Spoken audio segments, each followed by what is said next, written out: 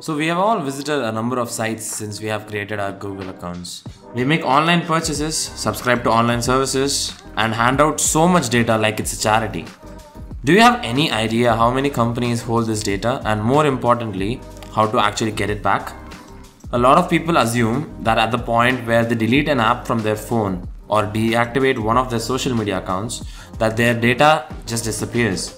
But the truth is, unless you specifically write to a company and exercise your right to be forgotten, all your sensitive personal data, address, phone number, everything will sit on a growing number of servers from every single thing you've ever signed up to. And well, it goes without saying, the more servers, the higher the risk of a data leak. And this is what Mine is trying to counter. A quick note, this video is not sponsored by Mine. Their app gives you a visual summary of exactly which companies know what about you and then how to get it back.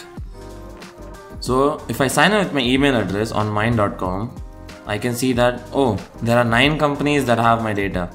So the idea is that I can just click on any of these companies and it will tell me what type of data they hold, the risk level they have for a data breach, and then I can just hit reclaim if I decide that I don't want them to have it any longer.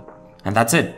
With Mine, I can send a data erasure request to the company from my inbox, and it keeps track if the companies respond back to the request. I'll leave a link down below to find out more.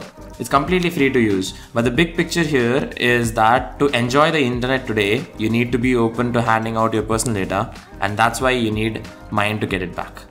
I'm on the way to reaching 5,000 subscribers, so if you haven't subscribed, it would mean a lot if you did. Go claim what is rightfully yours, and see you all in the next one.